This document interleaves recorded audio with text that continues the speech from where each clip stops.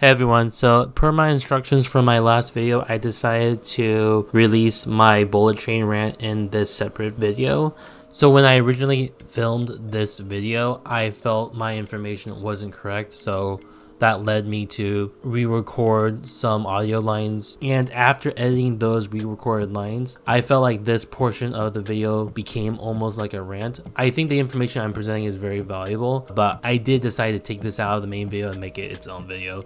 So here are my thoughts and clarification about my opinion about Bullet Train. So in regarding the white casting of this movie, it was actually the writer of the original story that came out and spoke in defense of the white casting. So people like Aaron Taylor Johnson as well as Brad Pitt, who were very prevalent in this movie, he had fully supported it.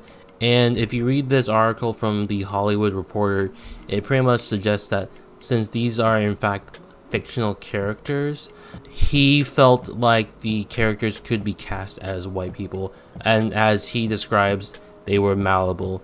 Personally, for me, I do think this is a slippery slope, especially in recent news in regards to The Little Mermaid. This is an old story about literally a fictional sea tale about a mermaid, and people got really upset with the casting of a person with a darker skin tone. So I don't think what he says is something that should be taken lightly, even though he is someone that is Japanese.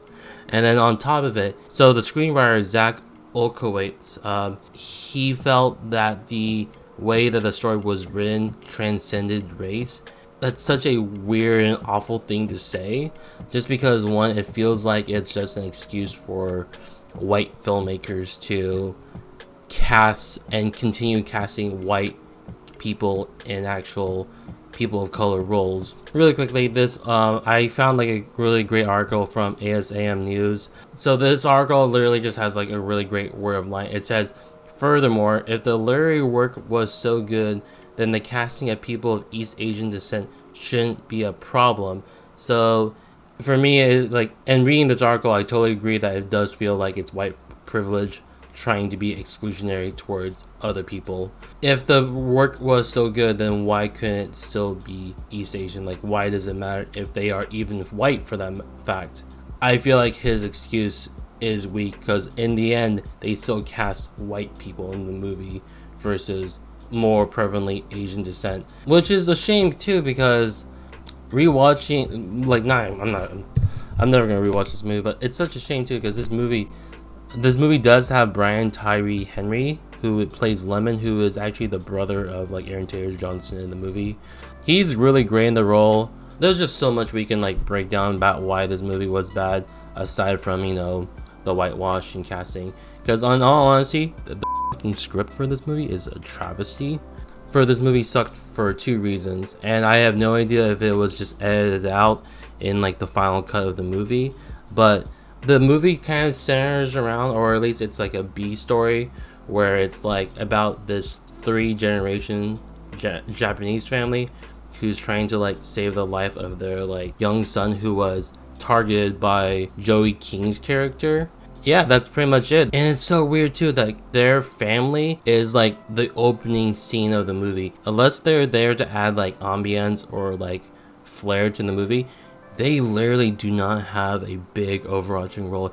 They have no agency, and they feel like they just get slopped around by the other white characters way too much. When it's realized that everything is kind of coming together to go kill the main bad guy, who is Michael Shannon's character, and it's the realization that that person has a familiar relation to the grandpa of the Japanese family, there's no conclusion to their story. It just ends in favor for like this comedic ending with Brad Pitt's character, who is like this weird danger prone character. Again, if this movie is so well written, then why the hell was this plotline just not fucking developed? It doesn't make sense. And then on top of it, the second thing that the script does really bad is its portrayal of time in this movie, because this movie in itself jumps back and forth between present time and then past time or flashbacks technically, because like the movie will start like have present tense and then it'll flashback 2 hours prior to explain something that had just happened, and it does it so repeatedly. Like, I'm gonna look for a clip right now to like kind of show this, but it just does it so fucking much that it is so bad. Like, the movie is trying to be like a Quentin Tarantino movie, like Pulp Fiction, where like it's wacky and zany, or it's trying to be like a Ocean's 11 where it's trying to do like the reveal of that big plot twist. But there are so many times that it backtracks that it took me completely out of the story because I was getting sick of it. Like, stay in the present time or like start slower. Like, you don't need to keep doing flashbacks. It's just not necessary. Alright, that's all I gotta say about this movie. I love Brian Tyree Henry as Lemon. I thought he was a great casting, and I thought he was like a great breath of fresh air for the movie. Everyone else was okay.